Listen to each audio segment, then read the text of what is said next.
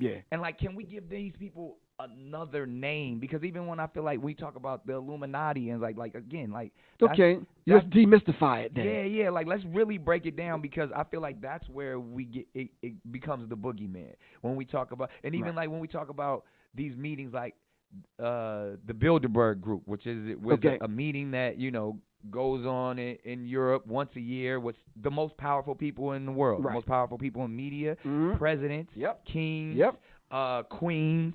Queen Elizabeth be there. These are the richest people. These are the elite. They actually meet on world affairs, and where the Bilderberg Group they housed it and were like, oh, we want to bring powerful people together to show how we can make the world a better place and have this meeting. That's what they say. That's what they say. But ultimately, they're saying, what messaging, domination and world control, are we putting out there? And then when we go and we speak about the New World Order, I have this question for you.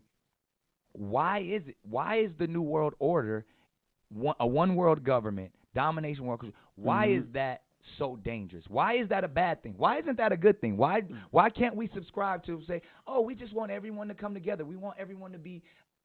We want the nations to unite. We want a united nation. Why is that dangerous?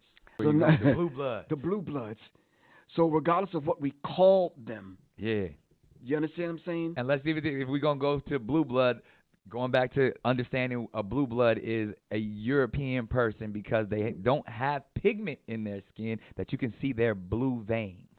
Exactly. And blood is blue until oxygen, the air hit it, and it turns red. Right. Democrat Republican Party. Red and blue, Bloods and Crips. Exactly. They set that kind of thing, Hegelian dialectic principle. Yeah. The opposing forces controlled by the same people. Right.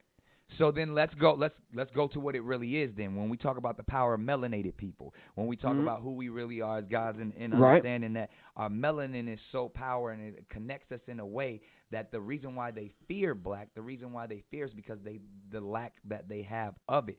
So then when you see what Dr. Francis C. Welsman talked about is that fear in that genetic annihilation, that deficiency of when you have a person that has the lack of pigment, the lack of melanin, that they know that they will be annihilated.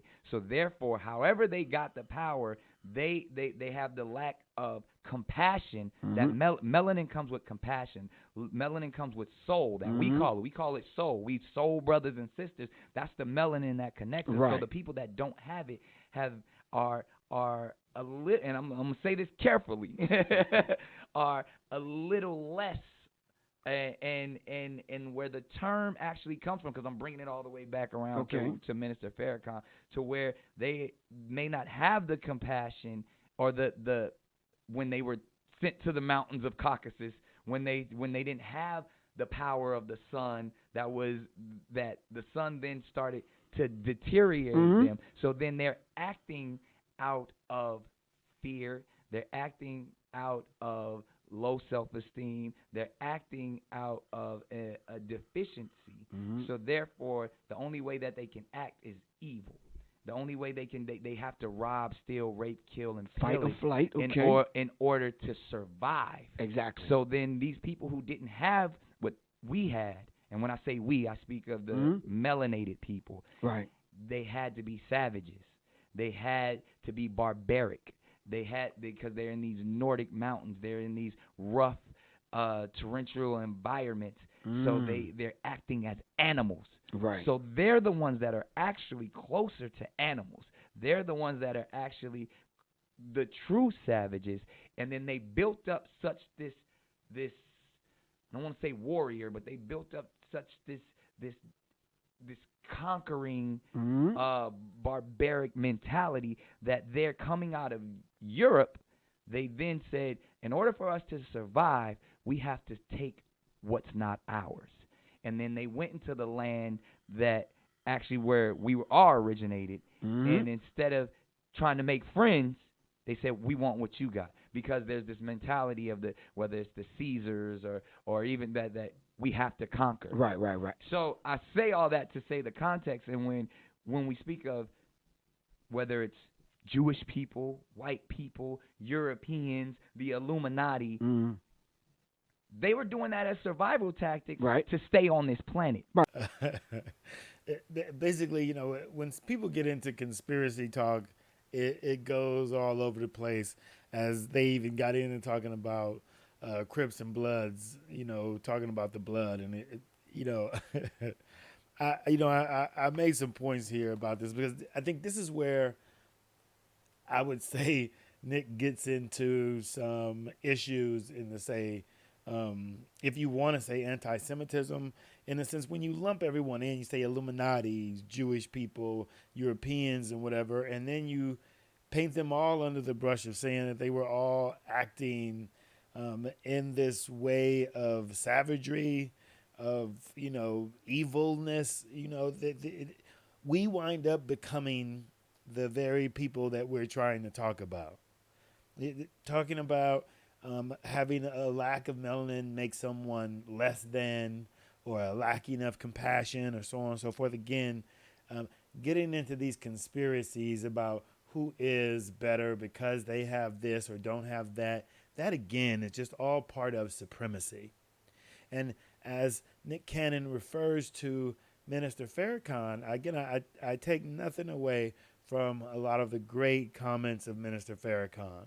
But still, Minister Farrakhan and the Honorable Elijah Muhammad, their religion is a fundamentalist religion, and thereby this makes them separatists or black supremacists.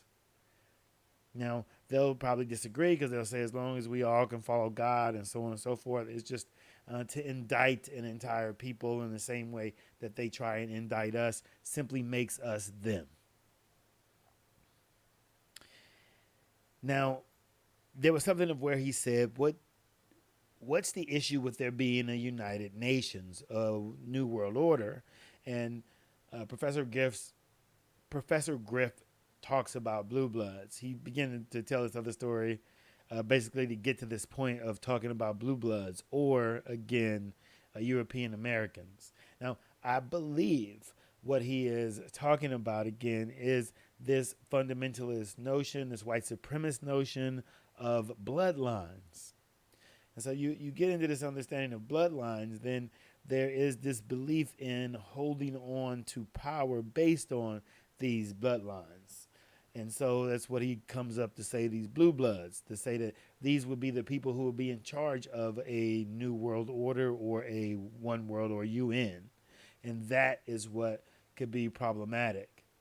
But my issue with that is that's why now they get into all of this discussion about the evil nature of people from the Caucasus Mountains and so on and so forth. Again, I'm not going to get into that, but I think this is where I believe Nick Cannon goes off the rails and gets into the very discussion he was trying not to get into about them and they. And when you paint all these people under that same brush, that's what gets you in trouble. Now, I don't actually think that Nick Cannon meant that all Jewish people, so on and so forth. I just think that he doesn't understand his platform and his voice, right? It's the same thing we see with Donald Trump, and people saying, oh, he's just being Donald Trump. But he has a platform, he has a voice as the President of the United States. Nick Cannon has a platform and a voice as just a simple entertainer. And so when you say things and you refuse to just walk them back because we make these mistakes, then that gets you in trouble, like being fired from Viacom.